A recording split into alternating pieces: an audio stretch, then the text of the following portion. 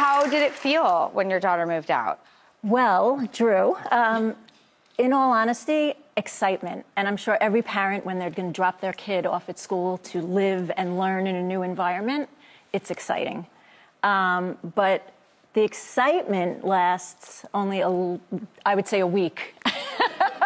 And then the reality of it, a lot of sadness, sorrow, grief, loss, actually followed that feeling of excitement. And, just recently, we've been looking to, kind of like reestablish our relationship and strengthen and, figure out ways to get connected with intimacy again.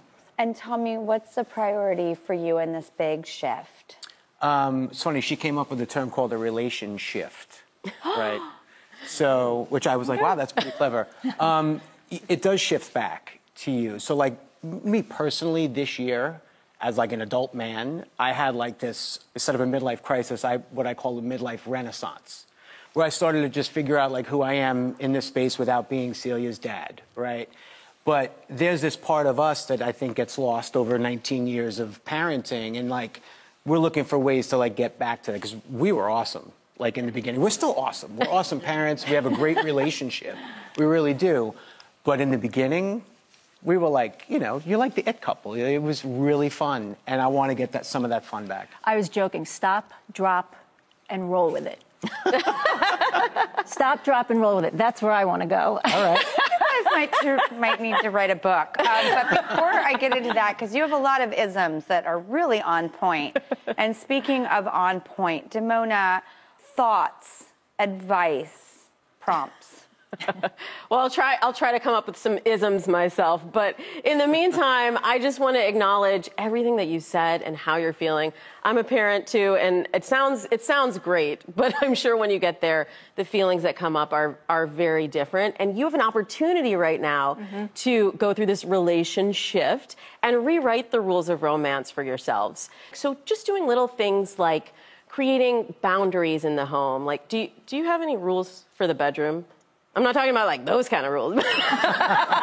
Do you have rules around like phones in the bed or computers or dogs? Dogs. No. Nope. Yeah. We want all those things out. We want to focus on the two of you, because really the bedroom has two functions. It's for rest and it's for sexy time. And so we want to reset that space to be a place where you two can connect.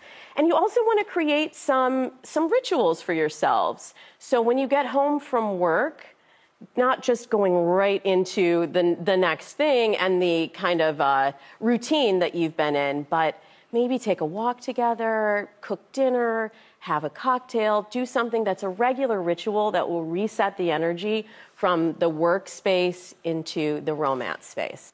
I also noticed that you guys liked going out dancing. When you were younger. You were like at Webster Hall, your favorite is like 90s house music. Okay, yeah. I am feeling you My guys. little guilty pleasure. That was me too. And I'm so mad at society. Where are all the clubs? Where are the clubs? What is wrong with everybody? Right.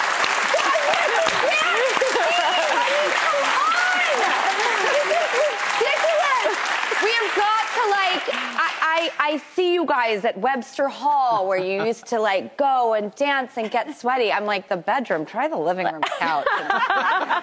Throw that rule book out the window. I also liked the fact that you both had things that occupy you philanthropically. And, you used to do that. Like, maybe try doing it separately so that you have something to come back and talk about. One of my biggest things is also, like, meet there. Don't do the obligatory, I say this every time, Damona, it's like, I want to tattoo it on my body. Meet there. Don't do the we're getting ready, the drive. You're out of conversation by the time you got there.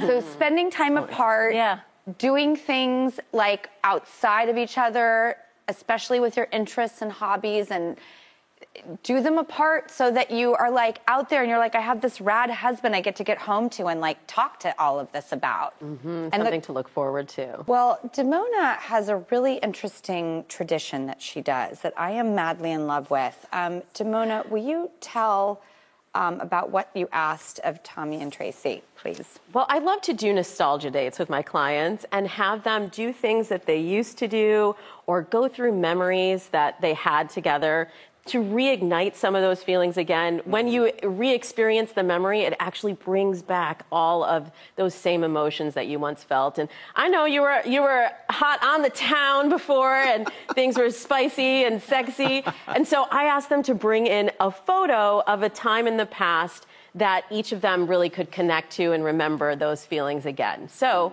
I'd love to take a look at the pictures that they brought in. Okay, whose photo was this? That was my picture. Why are you reacting? because that was my picture. You guys, they picked the exact same photo! Come on! No. That's really I funny. love this exercise that you have. I have children everywhere. I love this exercise that you do, Damona, but you guys sent in the same image. Oh my That has never happened before. Really? That's really amazing. And it my really just goodness. shows the bond between the two of you. You share these memories together and you've built these moments and the life that you have together. So this is just a reminder that you have all the elements, you have the foundation, and just with a little bit of a few tweaks and with a little bit of focus on really building that bond again, you two are going to be just fine.